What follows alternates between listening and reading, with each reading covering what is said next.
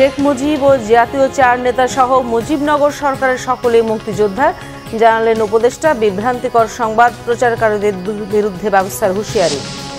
সংস্কার নাকি নির্বাচন আগে তা বাংলাদেশের সরকার, রাজনৈতিক দল ও জনগণ ঠিক করবে, জাতিসংঘের এখতিয়ার নয় বলেছেন গোয়েন লুইস। বাজেট একমুখী বললেন আমির খসরু। নির্বাচনের রোডম্যাপ না দেয়ায় বিনিয়োগ আসছে না, পর্যালোচনা হবে সবার মতামত, জানালেন অর্থ উপদেষ্টা। দেখছিলেন ক্রাউন সিমেন্ট সংবাদ শিরোনাম। এবার বিস্তারিত। মুজিবনগর সরকারের রাষ্ট্রপতি শেখ মুজিবুর রহমান, অস্থায়ী রাষ্ট্রপতি সৈয়দ নজরুল ইসলাম, প্রধানমন্ত্রী তাজউদ্দিন আহমদ এবং দুই মন্ত্রী মোহাম্মদ মনসুর আলী ও AHM কামরুজ্জামান সহ শতাধিক নেতার মুক্তিযোদ্ধার স্বীকৃতি বাতিল বলে কয়েকটি সংবাদ মাধ্যমে যে খবর প্রকাশিত হয়েছে তা সম্পূর্ণ ভিত্তিহীন, মিথ্যা এবং বিভ্রান্তিকর বলে মন্তব্য করেছেন মুক্তিযুদ্ধ বিষয়ক মন্ত্রণালয়ের উপদেষ্টা ফারুকী আজম। সচিবালয়ে সাংবাদিকদের মুক্তিযুদ্ধ বিষয়ক মন্ত্রণালয়ের উপদেষ্টা ফারুকী আজম জানান, মুজিবনগর সরকারে যারা ছিলেন তারাও মুক্তিযোদ্ধা, যারা সশস্ত্রভাবে মুক্তিযুদ্ধ করেছে তারা পরিচালনা করেছে তারা মুক্তিযোদ্ধা, তবে ওই সরকারের কর্মকর্তা কর্মচারীরা সহযোগী মুক্তিযোদ্ধা। তিনি জানান, জাতীয় মুক্তিযোদ্ধা কাউন্সিল জামুকা অধ্যাদেশ অনুযায়ী স্বাধীন বাংলা বেতার কেন্দ্র সহ কূটনীতিকরা সহযোগী মুক্তিযোদ্ধা। সহযোগী মানে এই নয় যে তাদের সম্মান ক্ষুণ্ণ করা হয়েছে। তিনি জানান, 1972 সালে মুক্তিযোদ্ধা যে সংজ্ঞা ছিল সেটাই বাস্তবায়ন করা হয়েছে। 2018 ও 2022 সালে এটা পরিবর্তন করা হয়। মুক্তিযোদ্ধা ও মুক্তিযুদ্ধের সহযোগী দুয়েরই সম্মান, মর্যাদা, সুযোগ সুবিধা একই থাকবে।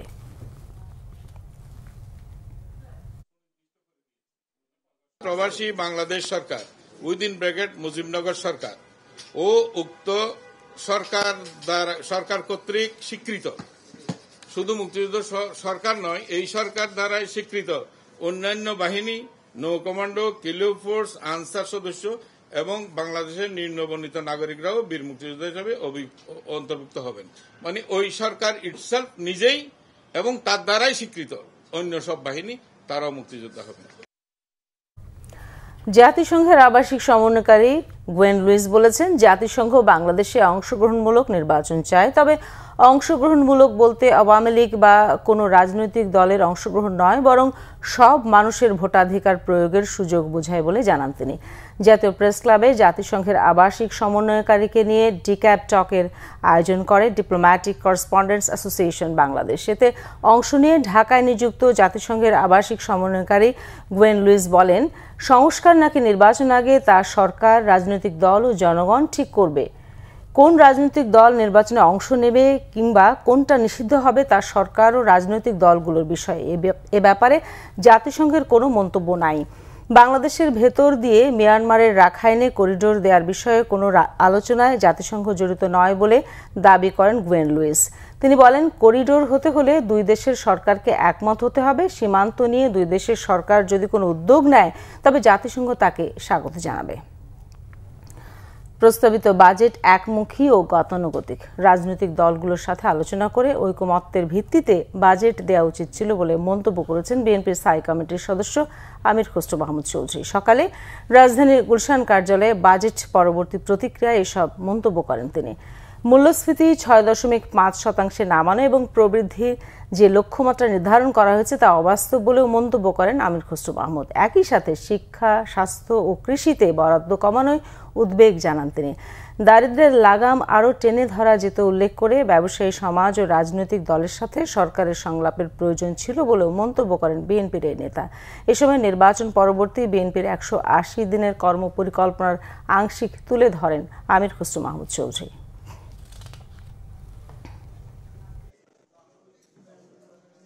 আমরা প্রত্যাশা করেছিলাম অন্তর্বর্তীকালীন সরকার আন্দোলনকারী রাজনৈতিক দলের সাথে আলোচনা করে ন্যূনতম জাতীয় ঐক্যমত্য স্থাপনের মাধ্যমে বাজেট প্রণয়ন করবে। যেহেতু সংসদ নাই, নির্বাচিত সরকার নাই, অন্তর্বর্তীকালীন সরকার চাইলে সমাজের বিভিন্ন শ্রেণী পেশার মানুষের মতামত নিতে পারত। সবার মতামত পর্যালোচনা করে 22 তারিখে উপদেষ্টা পরিষদে বাজেট পাশ করা হবে, জানিয়েছেন অর্থ উপদেষ্টা ডক্টর সালেউদ্দিন আহমেদ। জানান, ঈদের টানা ছুটিতে অর্থনীতিতে বিরূপ প্রভাব পড়বে না। সচিবালয়ে সরকারি ক্রয় সংক্রান্ত উপদেষ্টা পরিষদের বৈঠক শেষে অর্থ উপদেষ্টা এসব কথা বলেন। বাজেট তো দিয়ে দিয়েছি, বাজেটের মোটামুটি আমাদের যে কর্মপন্থা কি কি হবে সেগুলো এটাতে কাজ চলবে। তারপর তো আমরা ঈদের পরপর এটা আবার আমরা স্টক টেকিং করবো, কার কি হিসাবে বাজেটের উপর বিভিন্ন মন্তব্য থাকবে, সাজেশনগুলো আছে আমরা নেবো, সেটা তো আমরা বলেছি 19 তারিখ পর্যন্ত খোলা থাকবে বাজেটের ব্যাপারগুলো। 22 তারিখ আমরা ক্যাবিনেট মিটিং হবে, তখন আমরা তো আগে থেকে কন্টিনিউয়াস আসতে থাকবে। একদিনে কি সব মতামতকে একদিনে, অলরেডি তো আপনার মতামত দেওয়া শুরু করেছেন। কোরবানির ঈদ সামনে রেখে রাজধানী ছাড়তে শুরু করেছে ঘরমুখো মানুষ। বাস স্ট্যান্ড, রেল স্টেশনে বাড়ি ফেরা মানুষের ভিড়। রেলে কিছুটা স্বস্তি থাকলেও বাস যাত্রায় দেখা দিয়েছে ভোগান্তি। ঈদ যাত্রার পঞ্চম দিনে কমলাপুর স্টেশন থেকে অধিকাংশ ট্রেন ছেড়েছে যথাসময়ে। যাত্রীতে ভরা থাকলেও উপচে পড়া ভিড় ছিল না। এদিকে কমলাপুর স্টেশনের টিকিট ছাড়া কাউকে প্রবেশ করতে দেওয়া হচ্ছে না। নেই হকার সহ ভবঘুরে মানুষের যাতায়াত। টিকিট ছাড়া কাউকে ট্রেনে উঠতেও দেওয়া হচ্ছে না। ঈদ যাত্রায় স্বস্তির কথা জানালেন যাত্রীরা। এদিকে বাস টার্মিনালে এর বিপরীত চিত্র। সকাল থেকে রাজধানী মহাখালী বাস টার্মিনালে বাড়তে থাকে যাত্রীদের ভিড়। সরকার নির্ধারিত ভাড়ায় টিকিট কাটতে পারলেও ঠিক সময়ে বাস না ছাড়ায় বাড়ছে যাত্রীদের ভোগান্তি। ঈদ যাত্রায় ঘরমুখো মানুষ নিয়ে যানবাহনের চাপ বেড়েছে ঢাকা টাঙ্গাইল যমুনা সেতু মহাসড়ক ও ঢাকা টাঙ্গাইল ও ঢাকা ময়মনসিংহ মহাসড়কে। ভোর থেকে ঢাকা টাঙ্গাইল যমুনা সেতু মহাসড়কে যানবাহনের চাপ দ্বিগুণ বেড়েছে। মহাসড়কে উত্তরবঙ্গের দিকে গাড়িগুলোর চাপ বেশি এবং উত্তরবঙ্গ থেকে ঢাকার দিকে গাড়িগুলো অনেকাংশে খালি আসছে। এদিকে গাজীপুরে ঢাকা টাঙ্গাইল ও ঢাকা ময়মনসিংহ মহাসড়কে ঈদে ঘরমুখো মানুষ ও পরিবহনের চাপ বেড়েছে। সকাল থেকে ঢাকা টাঙ্গাইল মহাসড়কে দূরপাল্লার যানবাহনের দীর্ঘ সারি দেখা গেছে। এতে মহাসড়কে সৃষ্টি হয়েছে যানজট। চন্দ্রায় গাড়ির জন্য দাঁড়িয়ে অপেক্ষা করতে দেখা যায় অনেককে। যাত্রীদের অভিযোগ 2 থেকে 3 গুণ বেশি দিতে হচ্ছে বাস ভাড়া। অতিরিক্ত বাস ভাড়া এড়াতে কম খরচে ট্রাক ও পিকআপে করেও বাড়ি ফিরছেন সাধারণ মানুষ।